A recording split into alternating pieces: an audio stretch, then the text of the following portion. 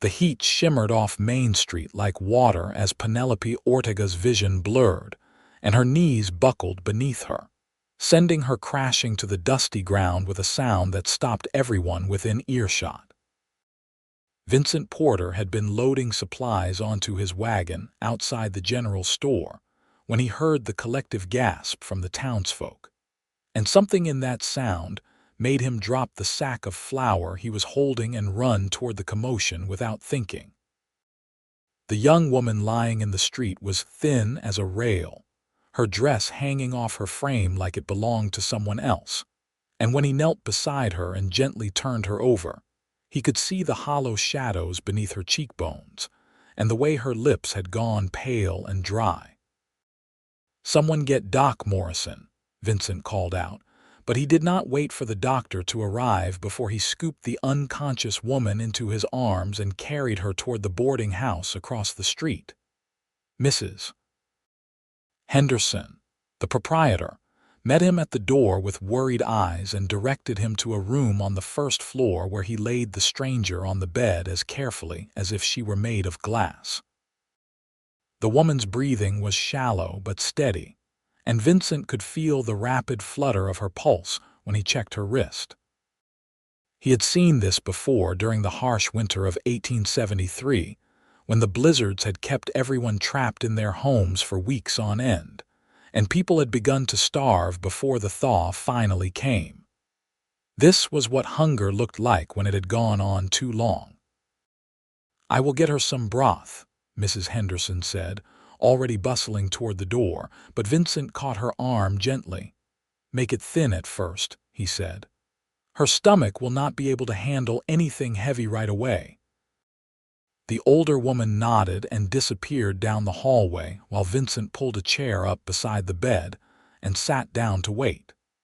He studied the unconscious woman's face, noting the delicate bone structure beneath the starvation and the way her dark hair spread across the pillow like spilled ink.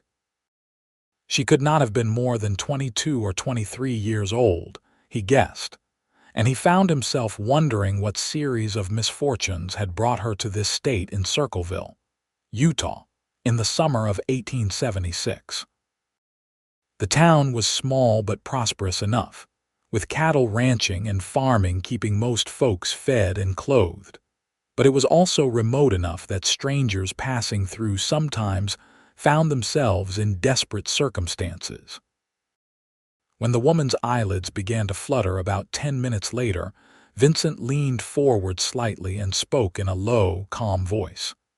"Easy now. You are safe. You collapsed on Main Street, but you are in Mrs. Henderson's boarding house now."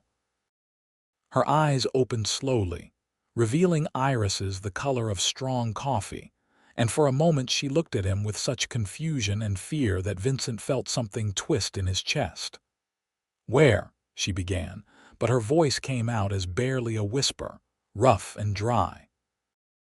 "Let me get you some water," Vincent said, reaching for the pitcher Mrs. Henderson had left on the bedside table. He poured a small amount into a glass and helped support the woman's head so she could take tiny sips. "Slow," he cautioned when she tried to drink too quickly. "Your body needs to adjust." She managed a few sips before falling back against the pillow, exhausted from even that small effort. "I do not have any money," she said, and there was a resignation in her voice that suggested she had said these words many times before. "That is not important right now," Vincent replied. "What is important is getting some food into you. Mrs. Henderson is bringing broth." The woman closed her eyes, and Vincent saw tears leak from beneath her lashes. "I have been trying to find work for 3 weeks," she said quietly. "I came here thinking there would be opportunities in a smaller town, but no one wants to hire a woman alone with no references and no family." Vincent felt anger kindle in his gut, not at her, but at the circumstances that had brought her to the brink of death. He had been fortunate enough to inherit his father's ranch when the old man passed 2 years ago, and while the work was hard and the profits modest, he never went hungry, and he always had a roof over his head.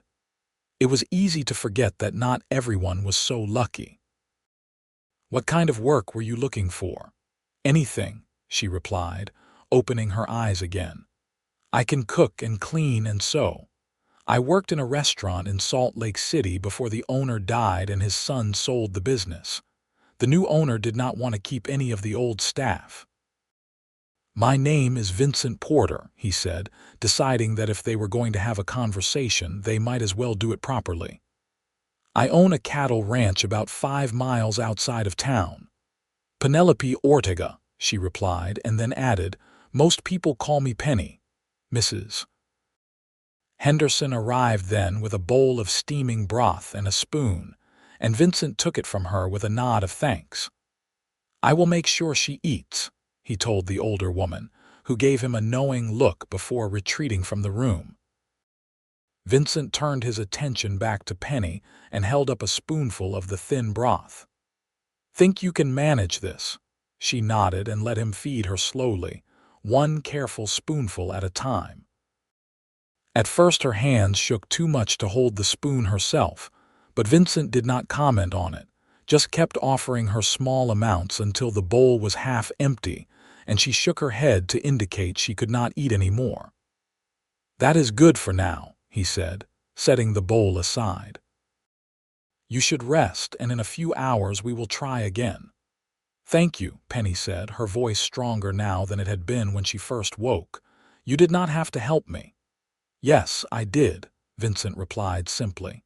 He stood and moved the chair back against the wall, but he did not leave the room.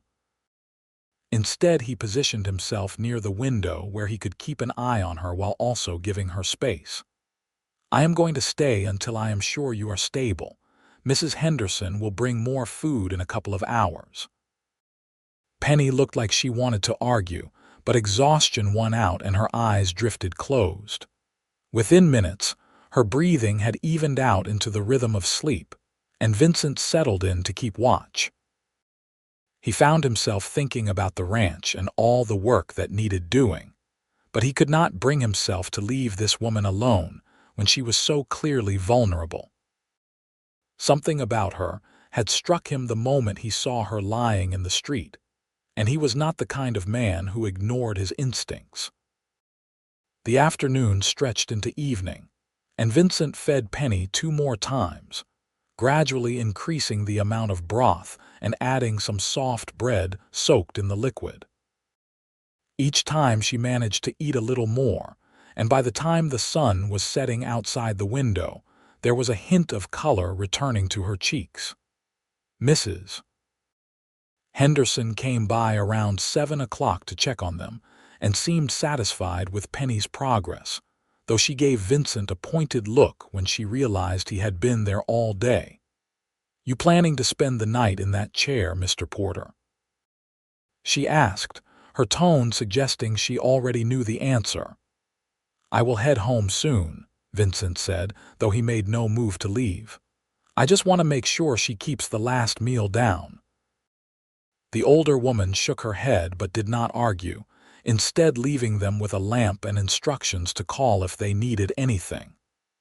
Once she was gone, Vincent turned his attention back to Penny, who was awake and watching him with an expression he could not quite read. "You have been here all day," she said. It was not a question. "I have," he agreed. "Why?" Vincent considered the question carefully before answering. "Because someone needed help and I was there to give it. Does there need to be another reason?" Penny was quiet for a long moment, and when she spoke again her voice was thick with emotion. "Most people would have walked right past me. Some of them did before you came along." "Then most people are fools," Vincent said bluntly. "Now, I am going to head back to my ranch for the night, but I will be back in the morning to check on you. Mrs. Henderson will take good care of you." "I still cannot pay," Penny reminded him, and there was shame in her voice that made Vincent's chest tighten. "I did not ask you to," he replied. He moved toward the door but paused with his hand on the knob. "Get some rest, Penny. We can talk about everything else tomorrow." He left before she could respond, stepping out into the cool evening air and taking a deep breath. The ride back to the ranch gave him plenty of time to think, and by the time he was putting his horse away in the barn, he had made a decision.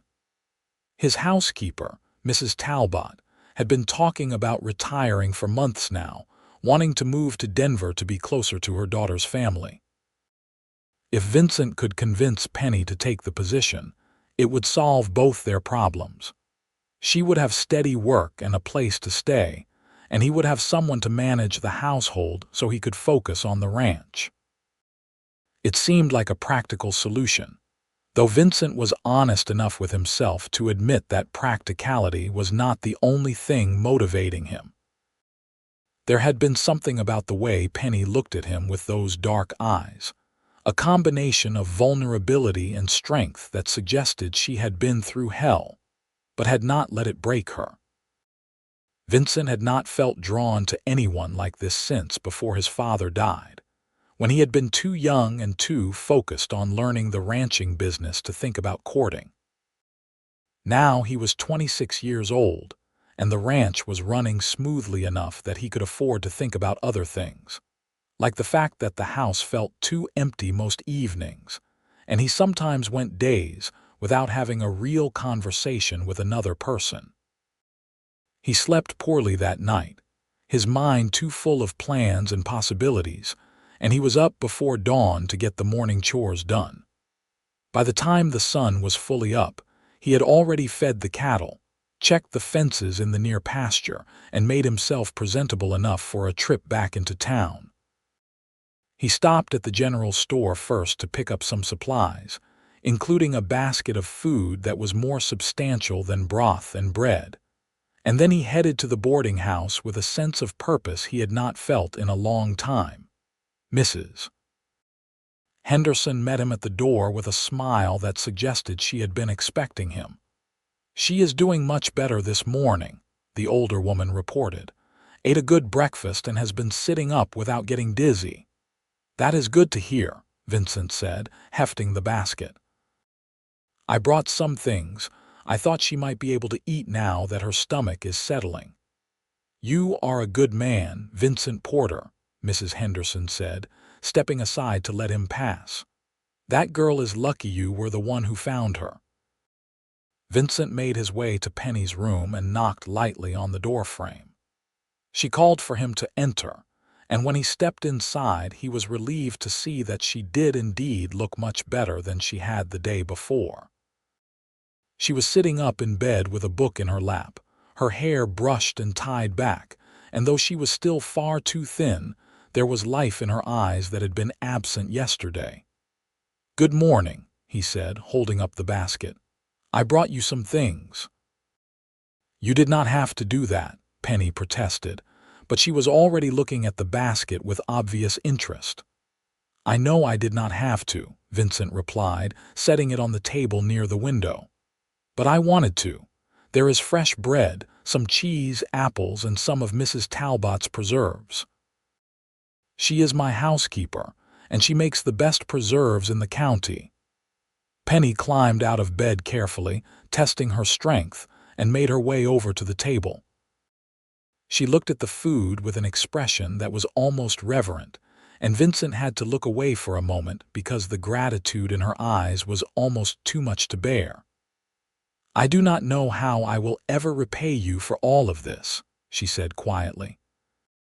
"Actually, I have a proposition for you," Vincent said, deciding there was no point in dancing around the subject. "My housekeeper is planning to retire soon, and I need someone to take her place. The job would include room and board in addition to wages, and the work is steady.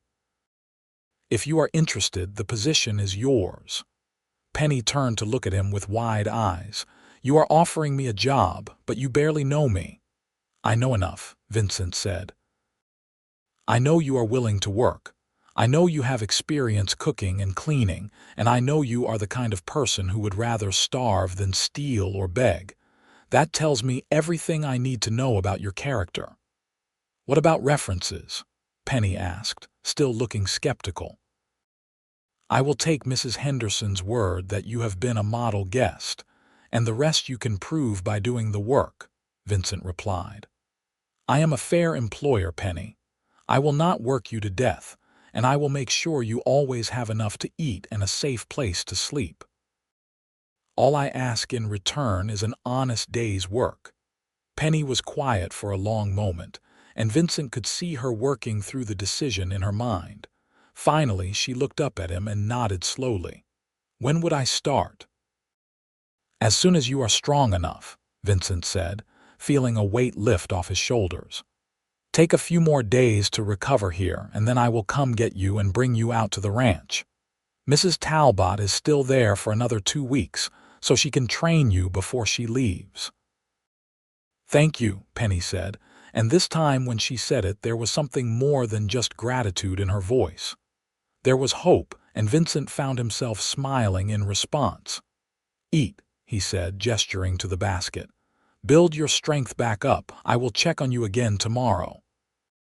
He left feeling lighter than he had in months, and the next few days fell into a comfortable pattern. Vincent would come into town each morning to bring Penny food and check on her progress, and they would talk while she ate. He learned that she had grown up in Santa Fe, that her parents had died when she was 18, and she had been making her own way ever since, that she loved to read but rarely had money for books, and that she had a quick wit that made him laugh more than he had in years. For her part, Penny seemed to relax around him more with each visit, and Vincent caught himself looking forward to their conversations with an eagerness that had nothing to do with nursing duties. On the 4th day after her collapse, Vincent arrived to find Penny dressed and packed, her few belongings wrapped in a bundle that could not have weighed more than a few pounds. "I am ready," she announced before he could even say good morning.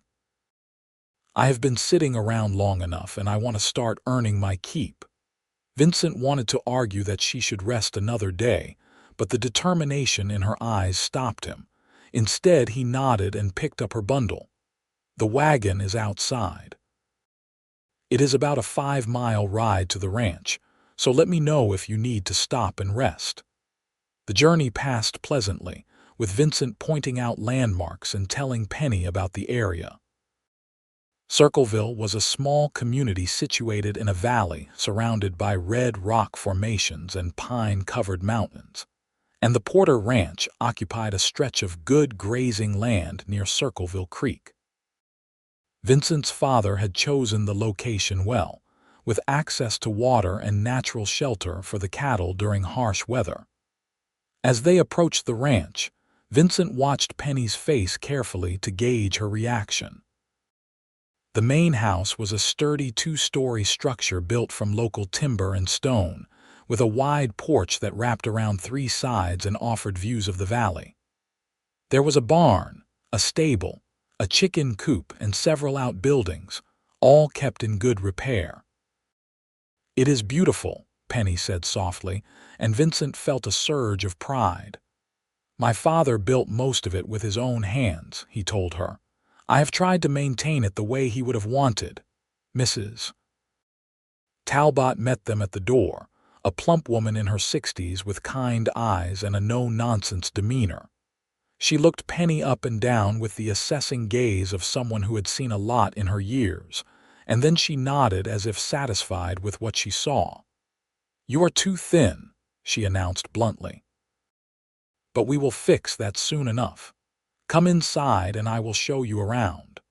Vincent carried Penny's bundle inside and then excused himself to get back to work, leaving the 2 women to get acquainted. He spent the rest of the day mending a section of fence that had been damaged during a recent storm. But his mind kept wandering back to the house and wondering how Penny was settling in.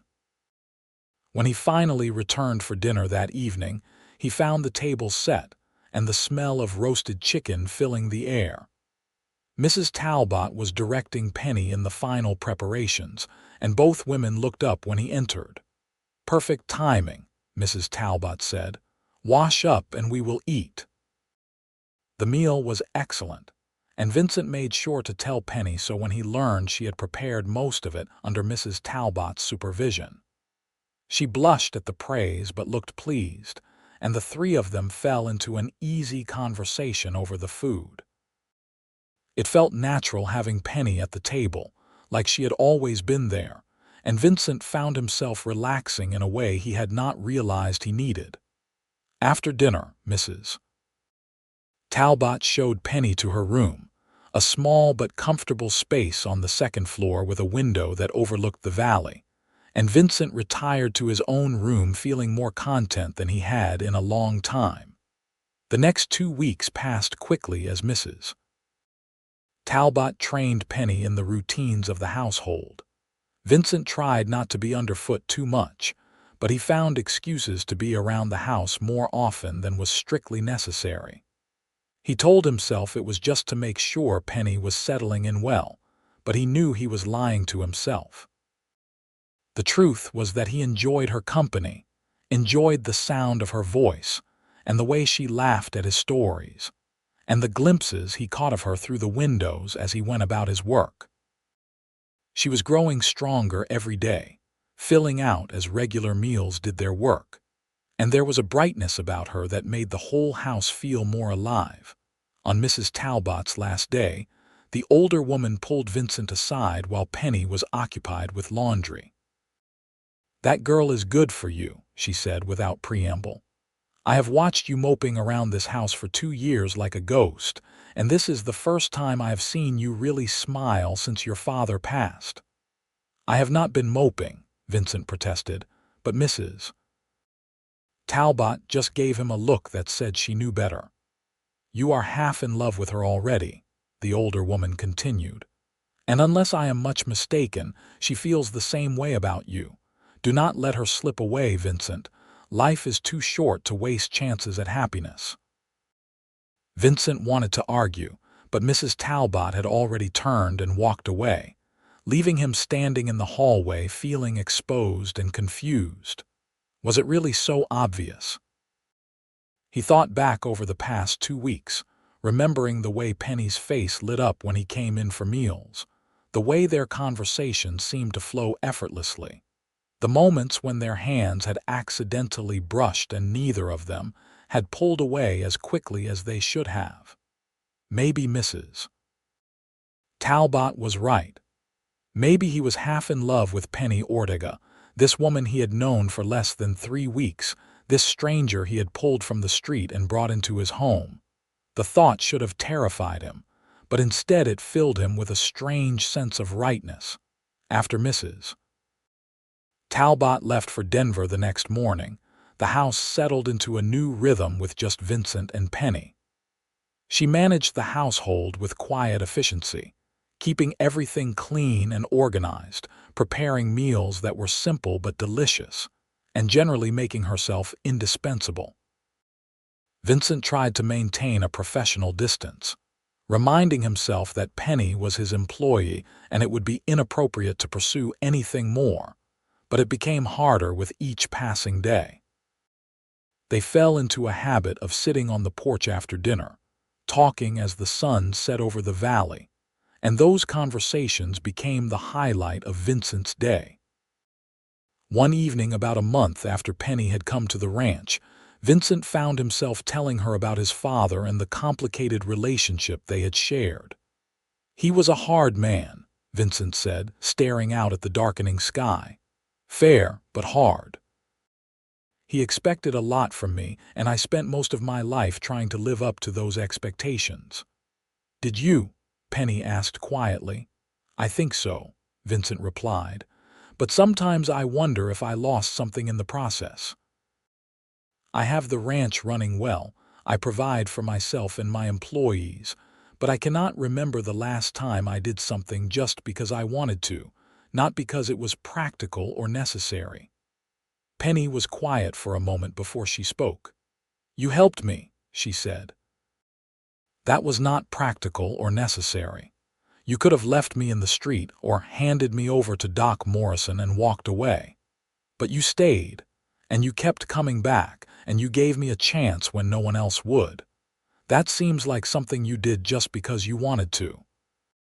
Vincent turned to look at her and found her watching him with an expression that made his breath catch. "Maybe I did," he admitted. Maybe you are the first impractical decision I have made in years, Penny Ortega. Is that what I am?" she asked, and there was something in her voice that made Vincent's heart beat faster. "An impractical decision. You are," Vincent said slowly, "the best thing that has happened to me in longer than I can remember." The words hung in the air between them, loaded with meaning, and Vincent saw Penny's breath hitch. For a long moment neither of them moved, and then Penny stood up and crossed the distance between them. She stopped in front of his chair, close enough that he could have reached out and touched her if he dared, and looked down at him with those dark eyes that had haunted his dreams for weeks.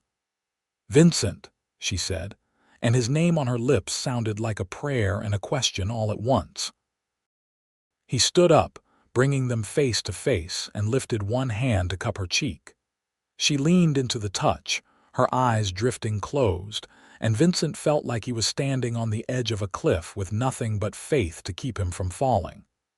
"Tell me if I am reading this wrong," he said hoarsely. "Tell me if you want me to step back, and I will."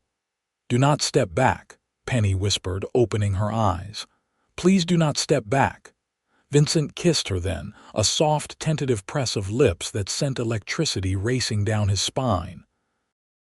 Penny made a small sound and kissed him back, her hands coming up to grip the front of his shirt. And suddenly, the tentative kiss turned into something deeper and more urgent. Vincent wrapped his arms around her and pulled her close, feeling the way she fit against him like she had been made for this. And when they finally broke apart, they were both breathing hard. "I have wanted to do that for weeks," Vincent admitted, resting his forehead against hers. "So have I," Penny replied, laughing a little. "I kept telling myself I was imagining things, that you were just being kind because you felt sorry for me." "I have never felt sorry for you," Vincent said firmly.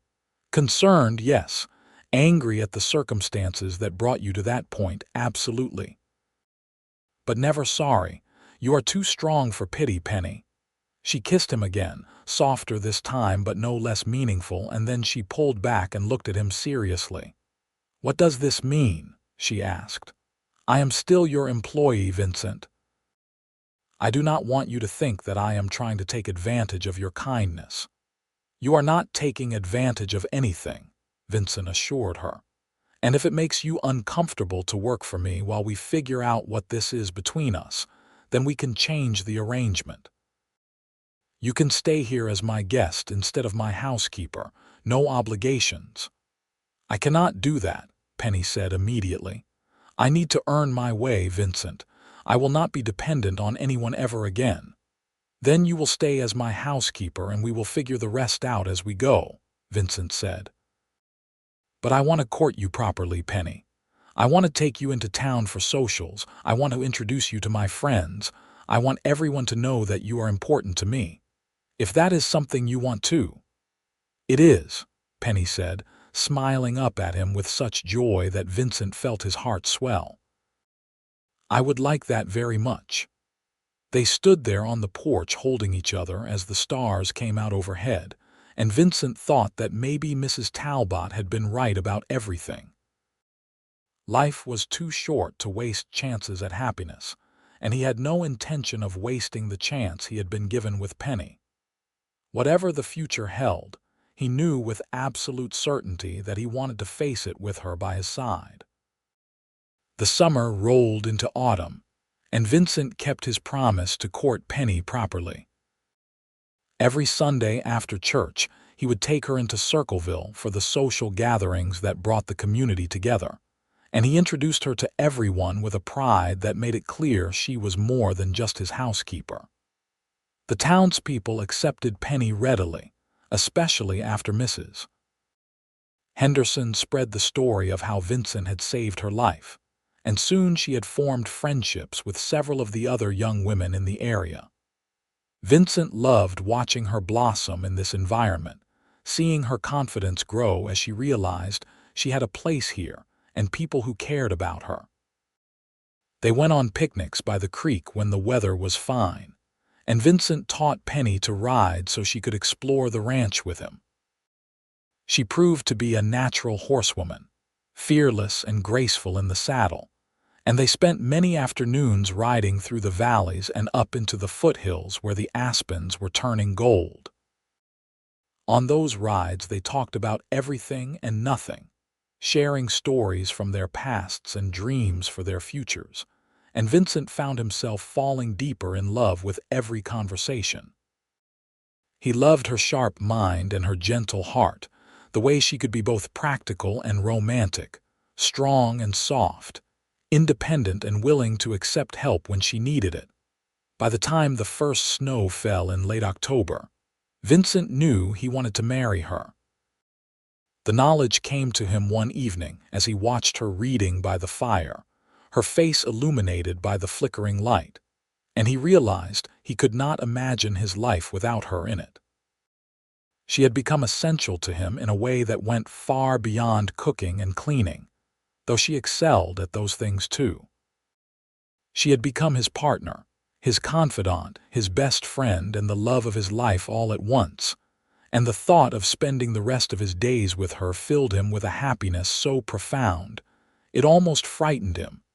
He began planning the proposal carefully, wanting it to be perfect. He ordered a ring from a jeweler in Salt Lake City, a simple gold band with a small diamond that he thought would suit Penny's practical nature while still being special. He arranged with the pastor to have the church available for a wedding in December if she said yes. He even wrote to his aunt in Denver, his only living relative, to tell her about Penny and invite her to the wedding. Everything was falling into place, and Vincent had never been more nervous or more excited about anything in his life. He chose to propose on a clear November evening, when the sunset was painting the sky in shades of orange and pink. He took Penny out to a spot on the ranch that overlooked the entire valley, a place where his father used to take him when he was a boy, and they sat together on a blanket watching the light fade. "This is beautiful," Penny said, leaning against his shoulder. "Thank you for sharing it with me." "I want to share everything with you," Vincent said, his heart pounding so hard he was sure she could hear it. "Not just this view, but my whole life. My past, my present, and my future. Everything I have and everything I am." Penny pulled back to look at him, her eyes searching his face. "Vincent, what are you saying?" He reached into his pocket and pulled out the small box containing the ring, and he saw her eyes go wide as she realized what was happening. "I am saying that I love you, Penelope Ortega. I have loved you since the day I found you on Main Street, though it took me a while to understand what I was feeling. You have made me happier than I ever thought possible, and I cannot imagine going back to the way things were before you came into my life. I want to wake up next to you every morning and fall asleep with you every night. I want to build a life with you, have children with you if you are willing, grow old with you. I want you to be my wife, Penny. Will you marry me?" He opened the box to reveal the ring, and Penny stared at it with tears streaming down her face. For a terrifying moment, she did not say anything, and Vincent felt panic rising in his chest. But then she launched herself at him with such force that they both tumbled backward onto the blanket. "Yes," she said between kisses that she scattered across his face. "Yes, yes, yes. I love you so much, Vincent Porter. I thought I was going to die in that street, and then you appeared like something out of a dream and you saved my life in every way that matters. Of course I will marry you." Vincent laughed with relief and joy, catching her face between his hands so he could kiss her properly. When they finally broke apart, he slipped the ring onto her finger and she held her hand up to catch the last rays of the sunset, watching the diamond sparkle. "It is perfect," she said softly. "You are perfect." "I am far from perfect," Vincent replied, pulling her close again. "But I promise to spend the rest of my life trying to make you happy." "You already make me happy," Penny said, settling against his chest. "Every single day." They stayed on the hill until the stars came out, making plans and dreaming out loud about their future together. They decided on a December wedding, giving them just enough time to make the necessary arrangements without rushing. Penny wanted something simple and intimate, just close friends and family, and Vincent was more than happy to agree. All he cared about was making her his wife in the eyes of God and the law. Everything else was just details.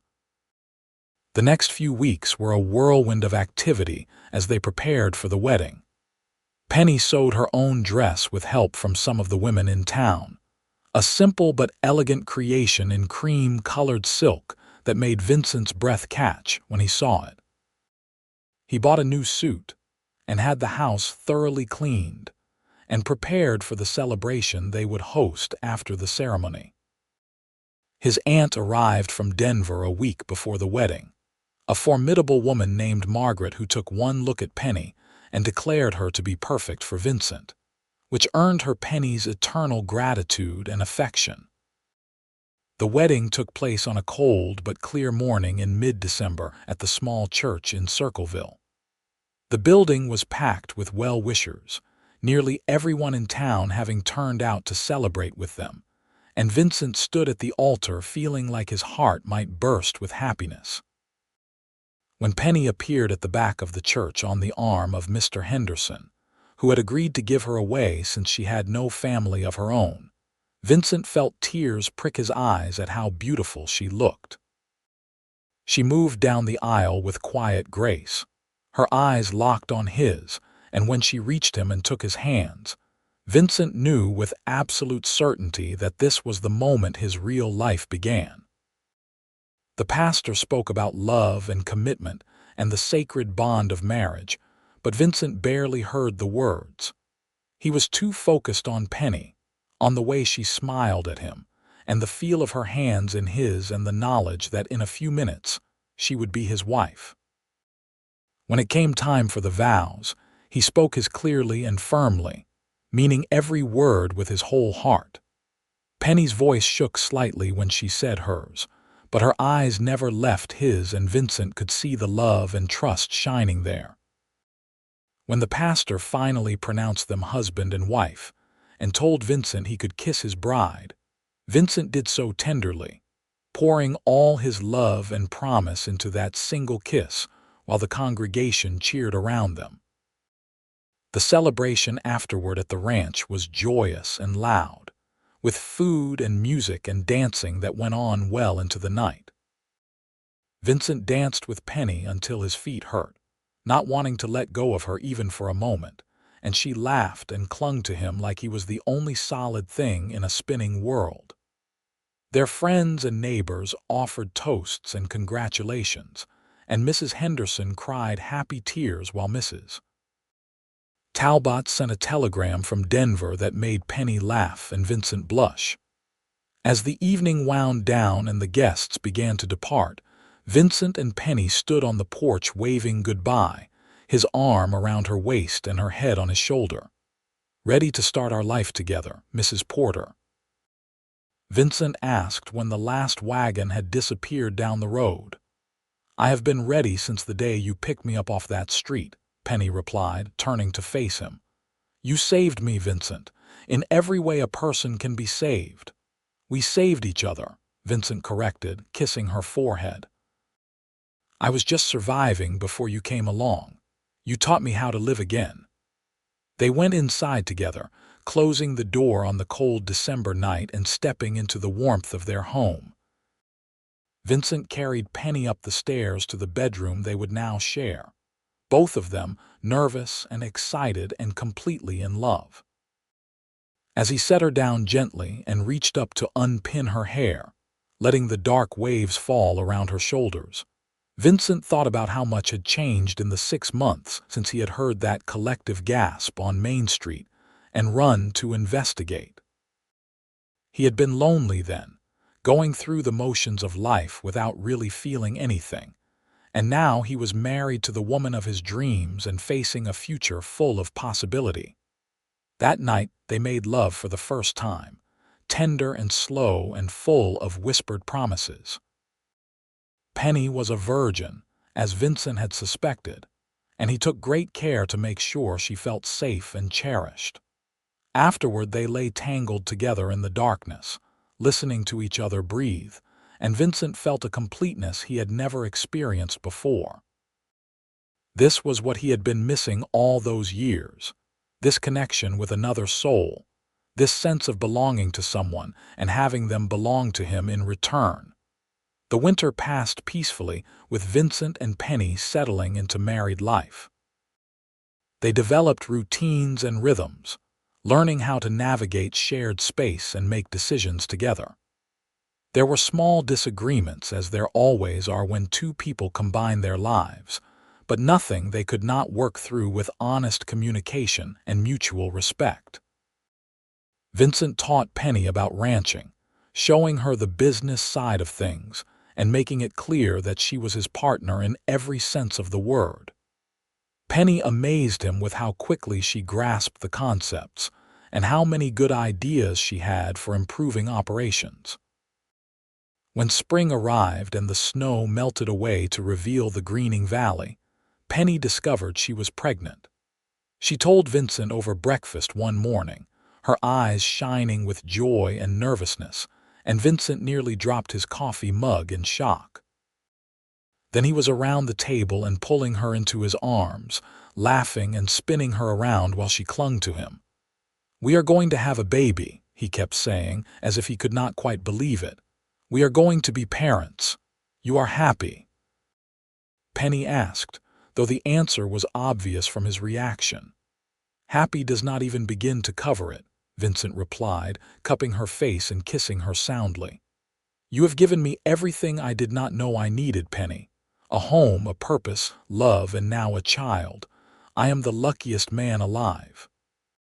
The pregnancy progressed smoothly, with Penny blooming as the months passed. Vincent hovered over her protectively, earning exasperated eye rolls from his wife when he tried to stop her from doing perfectly normal activities. "I am pregnant, not made of glass," she would remind him, but she always said it with a smile because she knew his worry came from love. They spent the summer preparing the nursery, painting the small room next to their bedroom in soft yellows and greens, since they did not know if they were having a boy or a girl. Vincent built a cradle with his own hands, working late into the evenings to get every detail perfect, while Penny sewed tiny clothes and blankets. Their son was born on a crisp October morning in 1877, just over a year after Vincent had proposed. The labor was long and difficult, and Vincent paced the hallway outside their bedroom feeling more helpless and terrified than he ever had in his life. When Doc Morrison finally emerged to tell him that both mother and baby were healthy, Vincent nearly collapsed with relief. He rushed into the room to find Penny exhausted but smiling, holding a small bundle wrapped in one of the blankets she had made. "Meet your son," she said softly, and Vincent took the baby with trembling hands. The boy was tiny and red-faced, with a surprising amount of dark hair and eyes that would eventually settle into the same brown as his mother's. Vincent stared at him in awe, unable to believe that he and Penny had created this perfect little person. "What should we name him?" he asked, not taking his eyes off his son. "I was thinking Victor," Penny said. "After your father, but different enough to be his own name." Vincent looked up at her with tears in his eyes. "Victor Porter, it is perfect." Baby Victor proved to be a happy child, quick to smile and laugh, though he also inherited his mother's stubbornness and his father's determination. Vincent loved fatherhood more than he could have imagined, finding joy in even the sleepless nights and dirty diapers. He would carry Victor around the ranch while doing his chores, talking to the baby about the cattle and the land, and all the things he would teach him when he was older. Penny would watch them with a soft smile, her heart full of love for her little family. The years rolled by peacefully, marked by the changing seasons and the milestones of Victor's growth. He took his first steps on his first birthday, spoke his first word at 14 months, and by the time he was 2, he was following Vincent around the ranch like a small shadow.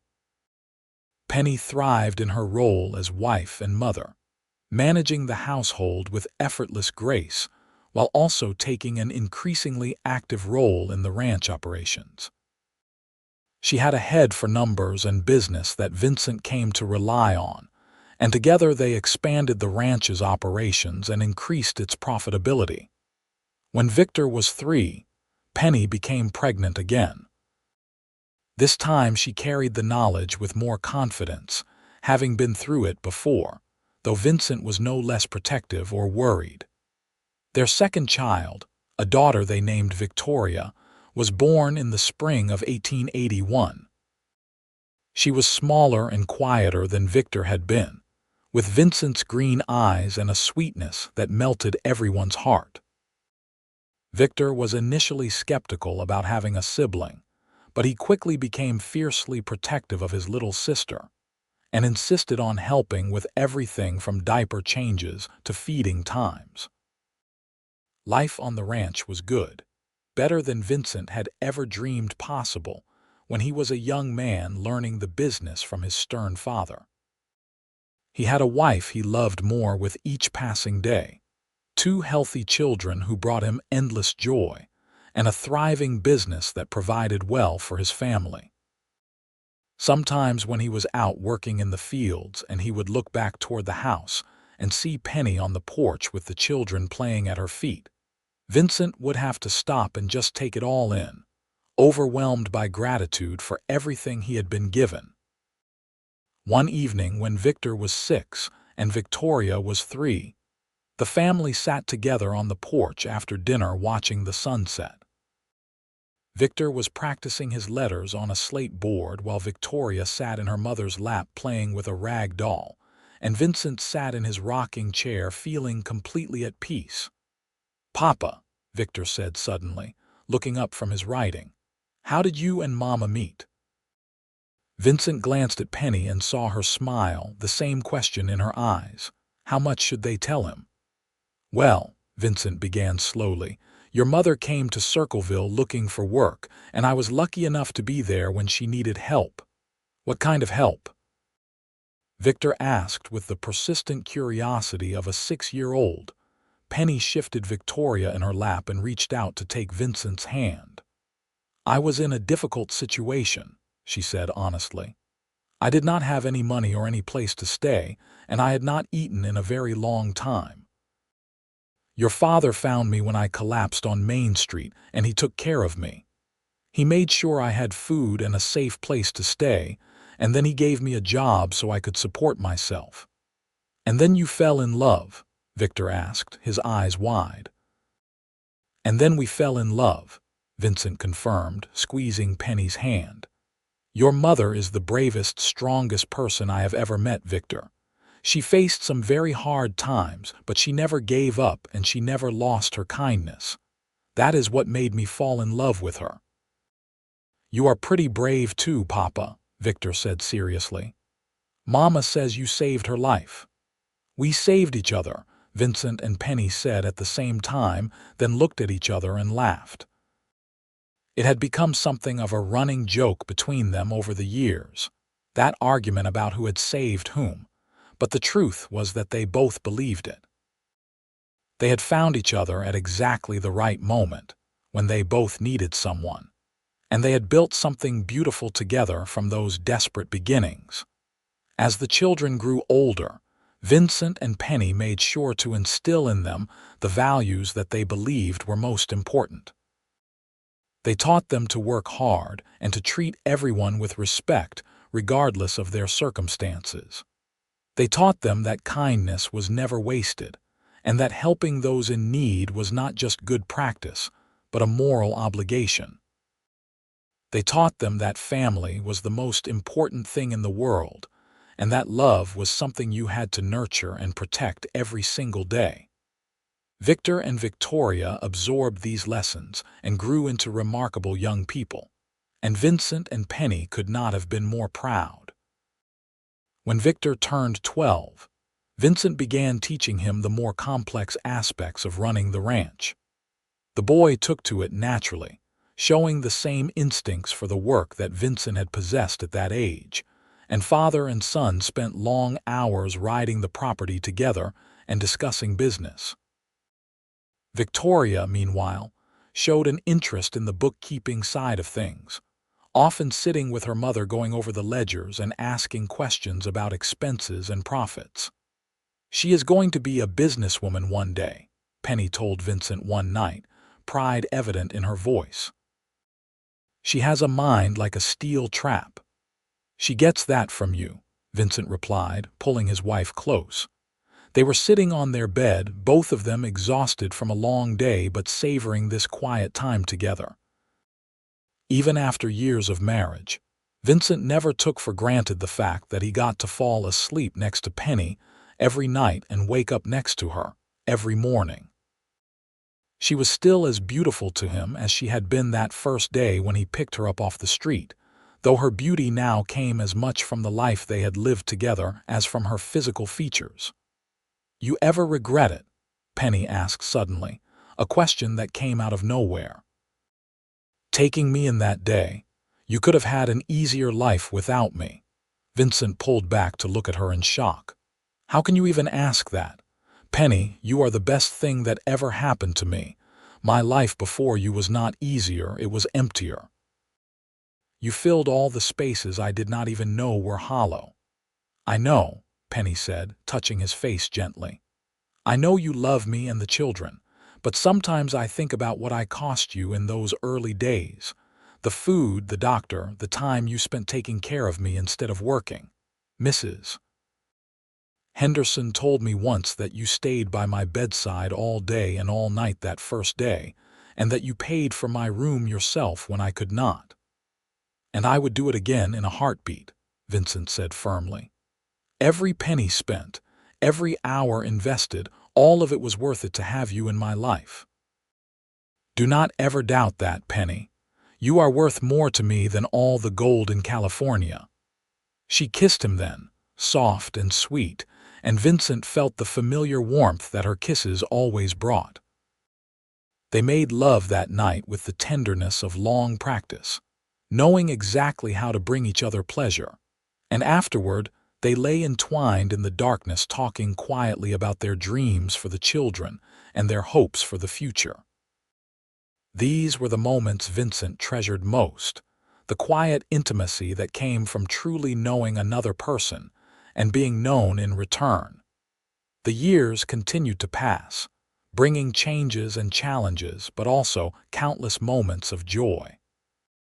The ranch continued to prosper under Vincent and Penny's joint management, and they became known throughout the region as fair employers and savvy business people. They hired several ranch hands as the operation grew, always making sure to treat their employees well and pay them fairly. Some of the men who worked for them stayed for years, becoming almost like extended family, and Vincent made it a point to know all of them by name and to take an interest in their lives. Victor grew into a strapping young man with his father's height and his mother's dark coloring, and by the time he was 18, he was essentially running the day-to-day operations of the ranch alongside Vincent. He had inherited his parents' work ethic and their natural ability with cattle and horses, and Vincent knew the ranch would be in good hands when he eventually stepped back. Victoria, meanwhile, had blossomed into a sharp-minded young woman who could negotiate prices with buyers twice her age and come out ahead. She kept the ranch's books with meticulous precision and had already suggested several improvements to their operations that had increased profits significantly. When Victor announced at 20 that he wanted to marry Sarah Mitchell, the daughter of a neighboring rancher, Vincent and Penny could not have been happier. They had watched the courtship develop over the past 2 years and approved wholeheartedly of the match. Sarah was a lovely young woman with a good head on her shoulders and a genuine affection for Victor that reminded Vincent of his own relationship with Penny. The wedding was held at the Porter Ranch in the summer of 1895, with half the county in attendance, and Vincent found himself getting emotional as he watched his son take his vows. Where had the time gone? It seemed like just yesterday that Victor had been a tiny baby in his arms, and now he was a man starting his own family. "Are you crying?" Penny whispered, slipping her hand into his as they watched the ceremony. "Maybe a little," Vincent admitted. "Our boy is all grown up." "He is," Penny agreed, leaning her head on his shoulder. "We did good, Vincent. Look at the man he became." "We did very good," Vincent said, squeezing her hand, "and it is all because of you." Victoria married 3 years later at 21, choosing a young banker from Salt Lake City named Thomas Reed, who had been courting her patiently for over a year. Thomas was intelligent and ambitious, but also kind and respectful, and he clearly adored Victoria. Vincent gave his daughter away with a mixture of pride and sadness, knowing that she would be moving to Salt Lake City with her new husband, but also knowing that she had found someone who would make her happy. Victoria promised to visit often and to continue helping with the ranch's finances remotely, and Vincent knew she would keep that promise because his daughter always kept her word. With both children married and establishing their own lives, Vincent and Penny found themselves alone in the ranch house for the first time in over 20 years. It was strange at first, the quiet of the house without young voices filling it, but it was also peaceful in its own way. They had more time for each other again, more opportunities for long rides and quiet dinners and evenings spent reading together by the fire. Vincent found that he loved this phase of their life just as much as he had loved all the others. There was something deeply satisfying about growing old with someone you loved, about having a shared history that spanned decades and encompassed so much joy and struggle and triumph. Victor and Sarah had their first child, a boy they named Vincent after his grandfather, in 1897. And Vincent found himself embracing the role of grandfather with unexpected enthusiasm.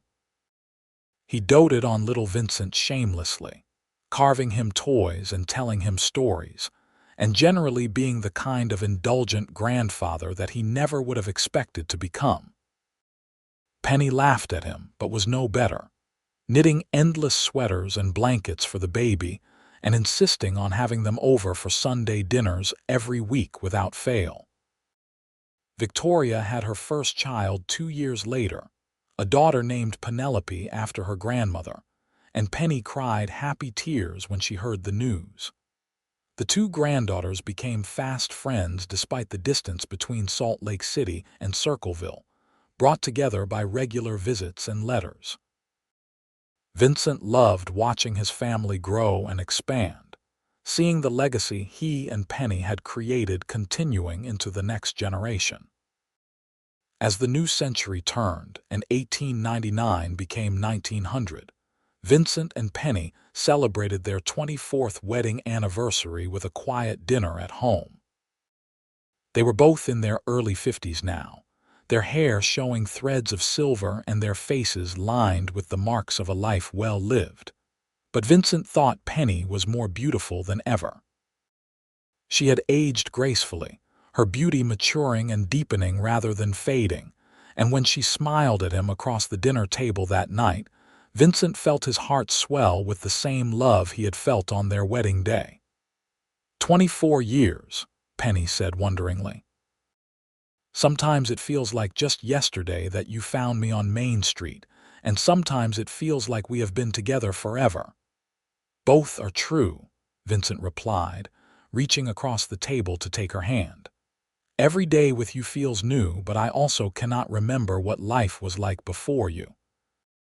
You have always been the center of my world, Penny, from that first moment when I saw you lying in the street and something in me just knew that you were going to be important. You saved my life that day, Penny said softly. In every way that matters. I was so lost, Vincent. I had given up hope of ever finding anywhere I belonged or anyone who would want me. And then you appeared, and you saw me not as a charity case or a burden, but as a person worth saving. You gave me dignity when I had none left. You gave me work when no one else would. You gave me love when I did not think I deserved it. Everything good in my life comes from you. Everything good in my life comes from you, Vincent countered. I was existing before you came along, going through the motions but not really living. You taught me what it meant to be truly happy, Penny. You gave me a family and a purpose beyond just maintaining the ranch. You made me better than I ever would have been on my own. They held hands across the table, looking at each other with eyes that held decades of shared memories and love, and Vincent felt a profound gratitude for the life they had built together. It had not always been easy. There had been hard years when the cattle prices dropped, and they struggled to make ends meet. There had been illnesses and injuries, and all the ordinary difficulties that came with raising children and running a business. But through all of it, they had faced everything together, and that had made all the difference. Victor took over primary management of the ranch when Vincent was 55, allowing his father to step back into more of an advisory role. Vincent had thought he might struggle with giving up control, but he found he was ready for the change. He had worked hard all his life, and while he still helped out regularly, it was nice to have more time for the things he enjoyed. He and Penny traveled a bit, taking trips to Denver and Salt Lake City to visit family and see parts of the country they had never had time to explore before. They went to San Francisco for their 30th anniversary and stood on the coast watching the Pacific Ocean. And Vincent marveled at how far they had come from that desperate day in Circleville so many years ago. The grandchildren multiplied over the years, with Victor and Sarah having 4 children total and Victoria and Thomas adding 3 more. Vincent and Penny hosted large family gatherings at the ranch several times a year, and their home was once again filled with the sound of young voices and laughter. Vincent loved being surrounded by his growing family, loved seeing his children thriving as parents and watching his grandchildren grow and develop their own personalities. It was deeply satisfying to see the values he and Penny had worked so hard to instill being passed down to the next generation. When Vincent turned 65 in 1914, the family threw him a large birthday party at the ranch with friends and neighbors coming from miles around. There were speeches and toasts, and Vincent found himself thinking about all the lives that had been touched by his and Penny's story. Several people mentioned how he had saved Penny all those years ago, and every time they did, Vincent shook his head and said the same thing he always said. "We saved each other." That night, after everyone had left and the house was quiet again, Vincent and Penny sat on the porch together wrapped in blankets against the autumn chill. They had sat in these same chairs thousands of times over the years, watching sunsets and talking about everything under the sun, and Vincent knew there was nowhere else on earth he would rather be. "What are you thinking about?" Penny asked, noticing his thoughtful expression. "I am thinking about how lucky I am," Vincent replied honestly. "When I was a young man taking over this ranch from my father, I thought success meant making the operation profitable and maintaining the property. I thought that was all there was to life.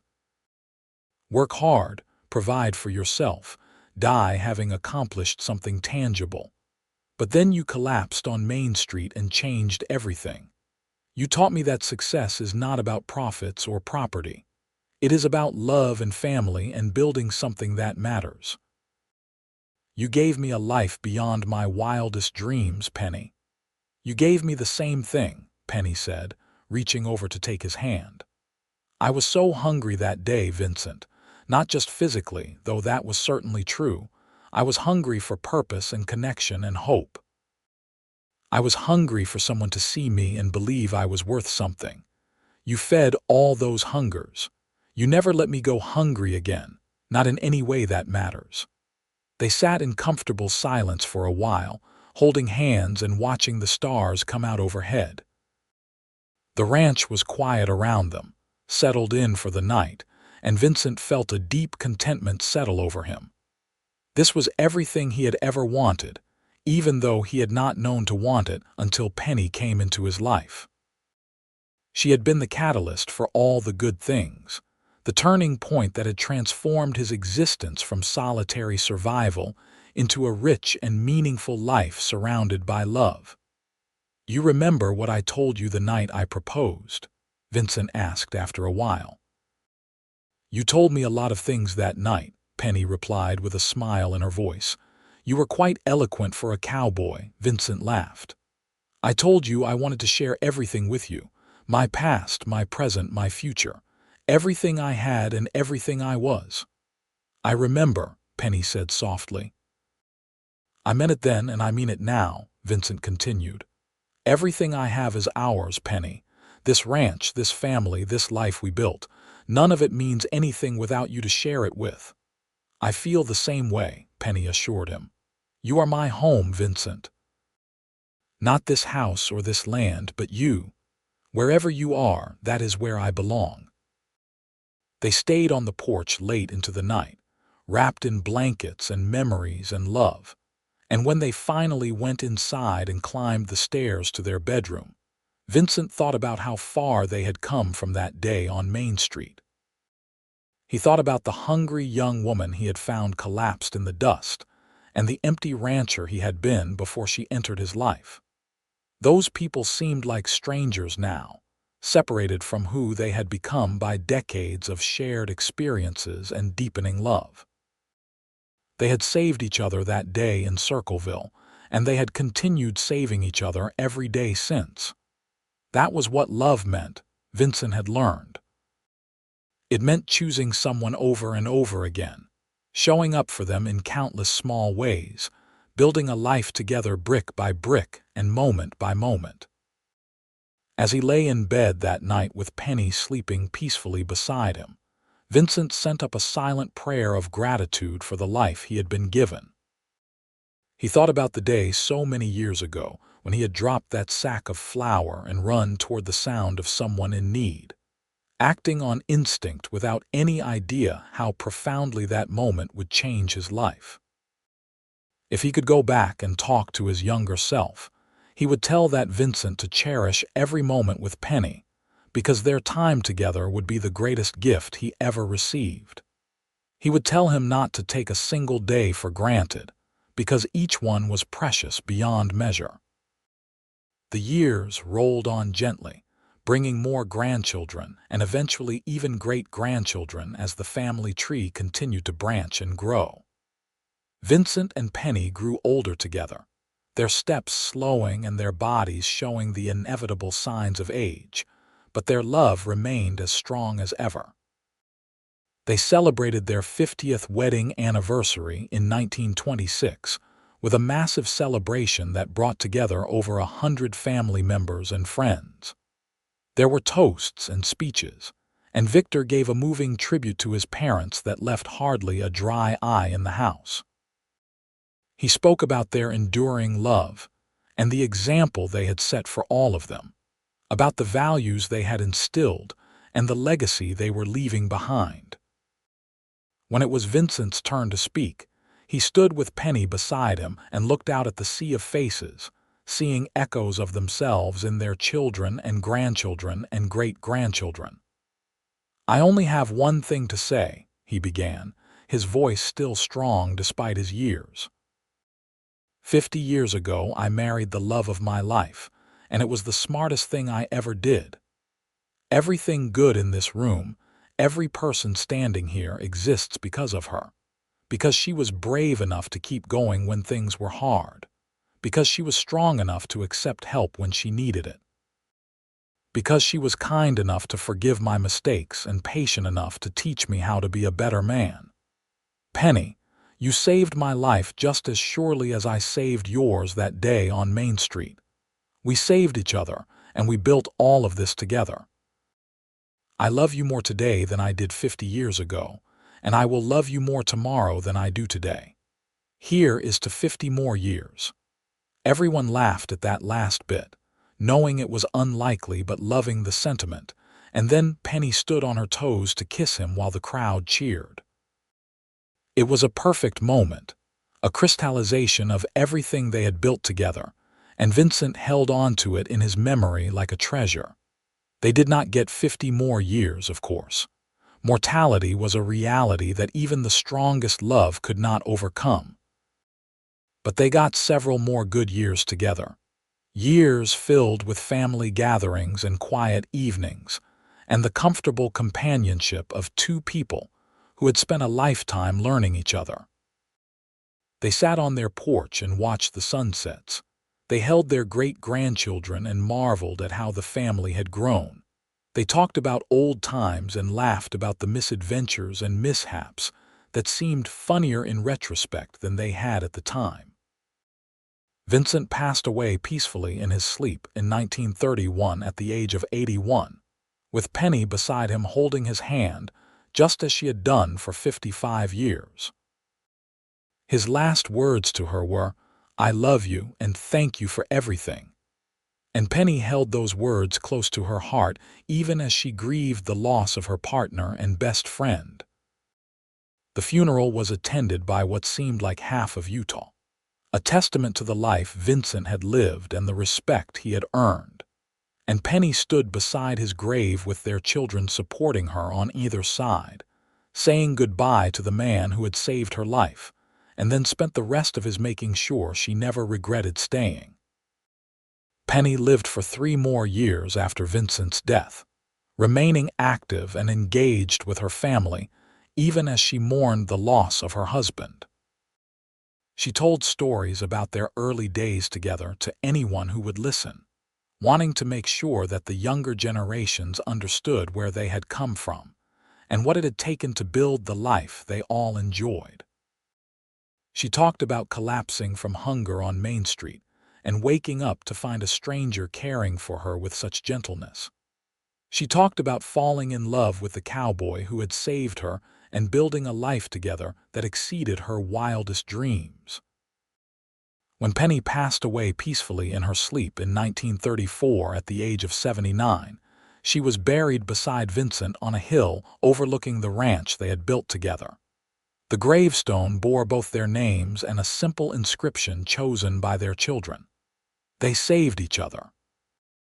It was the perfect summary of their love story, capturing in 4 words the essence of what they had meant to each other and the life they had created. The ranch continued to thrive under Victor's management and eventually passed to his son, young Vincent, who ran it with the same combination of practical skill and genuine care for people that his grandparents had demonstrated. The family stories about how Vincent and Penny met became legend, passed down through the generations as an example of how love could bloom even in the most desperate circumstances, and how choosing to help someone in need could change not just their life, but your own in ways you could never imagine. Years after both Vincent and Penny were gone, their great-great-grandchildren would stand on that hill by their graves and look out over the valley that had been their legacy. They would hear the stories about the cowboy who saw a stranger collapse from hunger and decided to help, who fed her and cared for her, and ultimately fell in love with her. They would hear about the woman who had been at her lowest point, but who found the strength to accept help and build a new life, who became the heart of a family and the co-architect of a legacy that lasted generations. They would learn that love was not just about grand gestures, but about showing up every day, about feeding someone's hungers whether they were physical or emotional or spiritual, about choosing each other over and over again through all the challenges life could throw at you. The story of Vincent Porter and Penelope Ortega became more than just family history. It became a reminder that everyone you meet is fighting a battle you know nothing about, and that a moment of compassion can ripple out in ways you could never predict. It became a testament to the power of love to transform lives and build something lasting. Most of all, it became proof that sometimes the best things in life come from the unexpected moments, the split-second decisions to help instead of walking away, the choice to see the person rather than just their circumstances. On that dusty street in Circleville, Utah, in the summer of 1876, two lives intersected in a moment of desperation and compassion. A hungry woman collapsed, and a cowboy decided to help. Neither of them could have known that this moment would be the beginning of a love story that would span over 5 decades and touch hundreds of lives. Neither of them could have predicted the family that would grow from their union or the legacy they would leave behind. But Vincent kept his promise from that very first day. He fed Penny when she was hungry, and he made sure she never went hungry again in any sense of the word. He fed her body with food, her spirit with love, her mind with respect and partnership, and her soul with unwavering devotion. And she did the same for him, filling the empty spaces in his life with joy and purpose and meaning. Their story ended as all stories must, with death separating what life had joined together. But the love they shared did not end. It lived on in their children and grandchildren and great-grandchildren. It lived on in the ranch they had built and the community they had served. It lived on in the example they had set and the values they had instilled. Most of all, it lived on in the memories of everyone who had known them and witnessed the profound bond they shared.